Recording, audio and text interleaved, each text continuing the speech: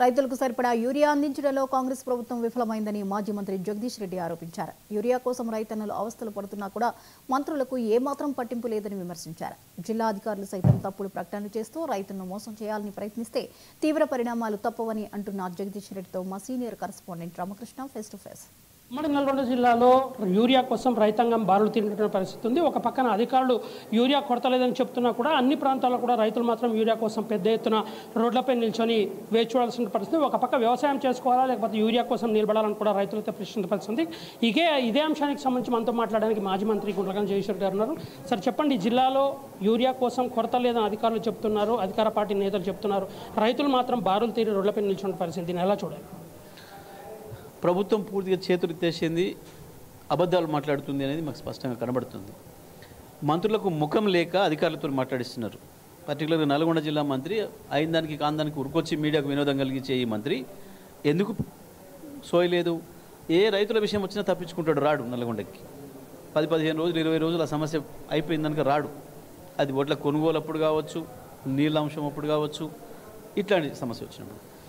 ఇవాళ రైతాంగానికి యూరియా అందుబాటులో లేదు అంటే కారణం కేవలం ఈ మంత్రుల చేతగంతనం, ఈ ముఖ్యమంత్రి చేతగంతనం, వ్యవసాయం పట్ల వీళ్ళకి సోయలేంతనం తప్ప ఇంకొకటి కాదు.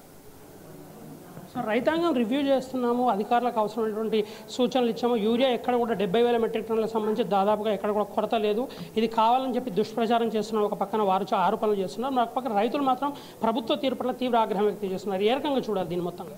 ఒక్కసారి రైతులలో పోయి మాట్లాడమనండి. చెప్పులు లైన్లో పెడుతున్నారు కదా, ఆ చెప్పులకు పని చెప్తారు రైతులు వీటిని అబద్ధాలు మాట్లాడితే. ఒక్కసారి ఆ సెంటర్ బొమ్మని చెప్పండి. ఈ మాట అన్నోడు ఎవడైనా సరే, వాడు అధికార నాయకుడు ఎవడైనా సరే, రైతులు పని లేక తినదరకు వచ్చి రాత్రిపూట తెలంగాణ పడుకుంటారా? చెప్పులు లైన్లో పెట్టేసేసి ఆడ పడుకుంటారా? మహిళా రైతులు కూడా వచ్చి ఎందుకుంటున్నారు? ఇంత దుర్మార్గంగా చేసుకుంటూ పైగా అబద్ధాలు ఆడతాం, బుకాయిస్తాం. ఒకసారి బొమ్మని చెప్పండి. తిప్పర్తి పిఎస్సి కాడికి పోతారా, కనగల కాడికి పోతారా, కటంగూరు కాడికి పోతారా? ఈ జిల్లా మంత్రి రమ్మని చెప్పండి ఒకసారి. అధికారులు కూడా ఎక్స్ట్రాలు చేస్తున్నారు, అధికారులు కూడా ఎక్కువ మాట్లాడద్దు. ఎంతవరకు ఉండాలి బాధ్యత వాళ్ళది. ప్రభుత్వం విఫలమైంది, ప్రభుత్వం చెప్పుకుంటుంది, మంత్రులు చెప్పుకుంటారు బాధ్యత. అధికారులు ఏముంది, ప్రభుత్వం తీసుకొస్తే సరఫరా చేస్తారు. లేదు ఇక్కడ ఇంకోటి కనబడుతుంది, అధికారులు ఉన్నవి అని చెప్తున్నారు అనుకో, తప్పకుండా ఇది కేవలం మంత్రి కొద్దిమంది బ్లాక్ మార్కెటర్ల దగ్గర డబ్బులు తీసుకొని వాళ్ళకే ఇప్పిస్తున్నట్టున్నాడు. అందుకనే ఈ కొరత కనబడుతుంది, కృత్రిమ కొరతలా కనబడుతుంది. లేకపోతే గోడౌన్లో నిండా ఉన్నాక అధికారులు రైతులకు ఎందుకు చేరతలేదు అంటే కొద్దిమందిని ఏజెంట్లను పెట్టుకొని ఈ జిల్లా మంత్రి కమిషన్ తీసుకొని అమ్మిస్తున్నట్టున్నాడు.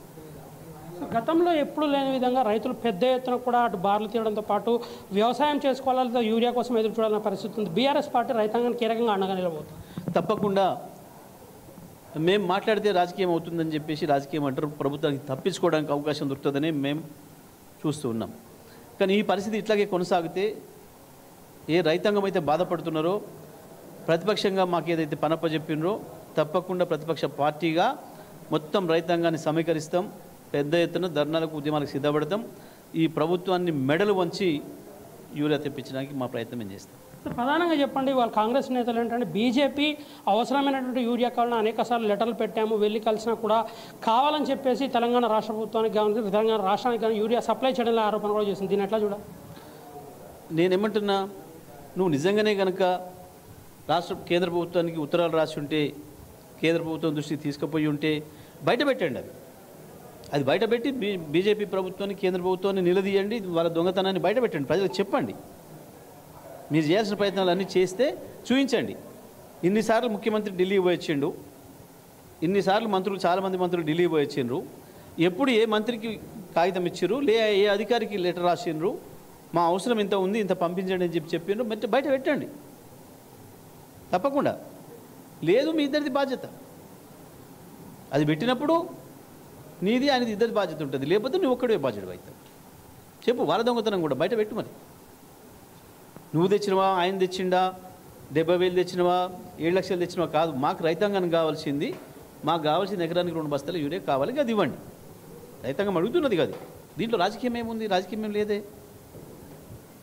మీకు సోయి లేక, పట్టింపు లేక, మీ కమిషన్ దందాలలో మీరు పడి వ్యవసాయం ఏం జరుగుతుందో కూడా తెలియకుండా గాలికి వదిలేసిన పాపమే ఇవాళ రైతాంగానికి శాపంలాగా మారింది.